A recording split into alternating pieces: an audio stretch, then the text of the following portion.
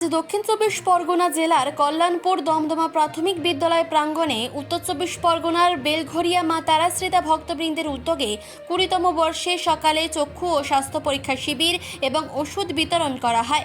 মা তারাশ্রীতা ভক্তবৃন্দের 4টি জায়গায় ব্রাঞ্চ রয়েছে, যেগুলি হাওড়া, উত্তর চব্বিশ পরগনা, দক্ষিণ চব্বিশ পরগনা এবং হুগলিতে। উত্তর চব্বিশ পরগনা বেলঘরিয়া মা তারাশ্রীতা ভক্তবৃন্দের সম্পাদক রক্তিম দাশগুপ্ত মহাশয়, সভাপতি সঞ্জীব সেন চৌধুরী, সহসভাপতি অভিজিৎ গুছাইত, যুগ্ম সম্পাদক অমিতাভ মণ্ডল, সহকোষাধ্যক্ষ প্রদোষ ভদ্র এছাড়াও অন্যান্য বিশিষ্ট অতিথিবর্গ উপস্থিত ছিলেন।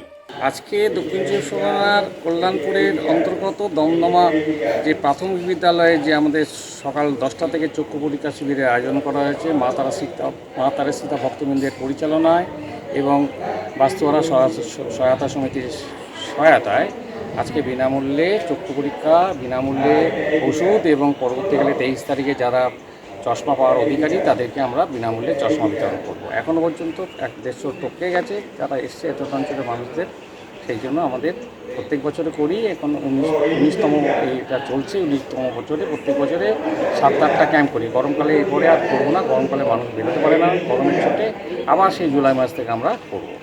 আমরা করি ইসিজি পরীক্ষা, তারপর সুগার, তারপর এলএফটি করা হয়, পিএফটি করা হয় এবং জেনারেল যে হেলথ চেক আপ আছে সেইগুলো করা হয় এবং মহিলাদের যে চিকিৎসা আলাদাভাবে করা হয়। এটা তো একটা সেবামূলক কাজ, তো আমরা সবসময় মানুষের পাশে থাকতেই চাই। আর এটা বিশেষ করে গ্রাম অঞ্চলে খুব প্রয়োজন, যেখানে লোকের মধ্যে এখনও সেই ইয়েটা আসেনি। চক্ষু দেখানো উচিত, টাইমলি একটা প্রতি বছরে একবার করে তো চেক আপ করা উচিত। এই ব্যাপারটা সচেতনতা সব গ্রামের সব মানুষের মধ্যে আসেনি, সেই জন্য আমরা চেষ্টা করি গ্রাম অঞ্চলেই বেসিক্যালি এই চক্ষু পরীক্ষার শিবিরটা করতে। এই ছাড়া পাই প্রতি মানে আমরা অ্যাভারেজ 100-2 লোক প্রতি শিবিরেই পাই। অ্যাপ্রক্স প্রায় 100 ডাইরেক্ট চশমাও আমরা প্রদান করি। অ্যাভারেজ দেখা গেছে 150 চশমা দিতে হয়নি। আমার নামটা? আমার নাম অভিজিৎ গুছাইত। এমনি আমার নাম জীবনময় বসু, বাস্তোয়ারার এই মেডিকেল ক্যাম্পের দায়িত্বে আছি। বাস্তোয়ারা সহায়তা সমিতি 1946 সালে অ্যাকচুয়ালি তৈরি হয়েছিল। স্বর্গীয় একনাথ রানাডে বলে এক মারাঠি ভদ্রলোক, উনি প্রতিষ্ঠা করেছিলেন কলকাতায়। 1950 সালে আমাদের সরকারি দপ্তরের রেজিস্ট্রেশন হয়েছিল। মূলত দেশভাগের সময় পূর্ব পাকিস্তান থেকে যে সমস্ত শরণার্থীরা এসেছিলেন তাদের সাহায্যের জন্যই আমাদের এই সংস্থার উৎপত্তি।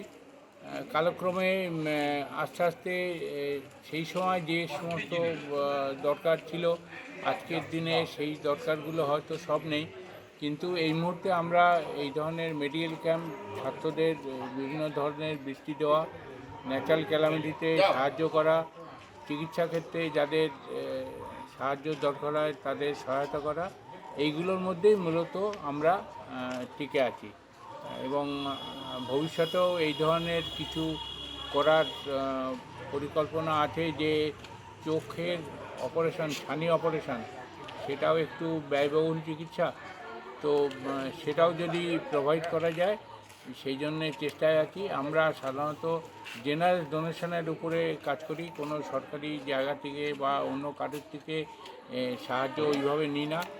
ডোনেশনের মাধ্যমে যেটুকু আসে তাতে যতটা করা সম্ভব আমরা এখনও অবধি তাই করে যাচ্ছি।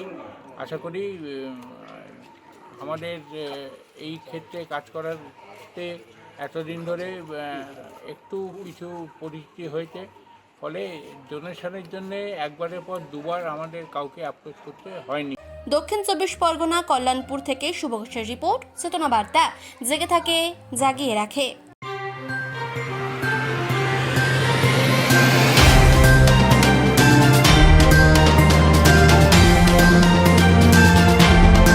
চেতনা বার্তা, জেগে থাকে জাগিয়ে রাখে।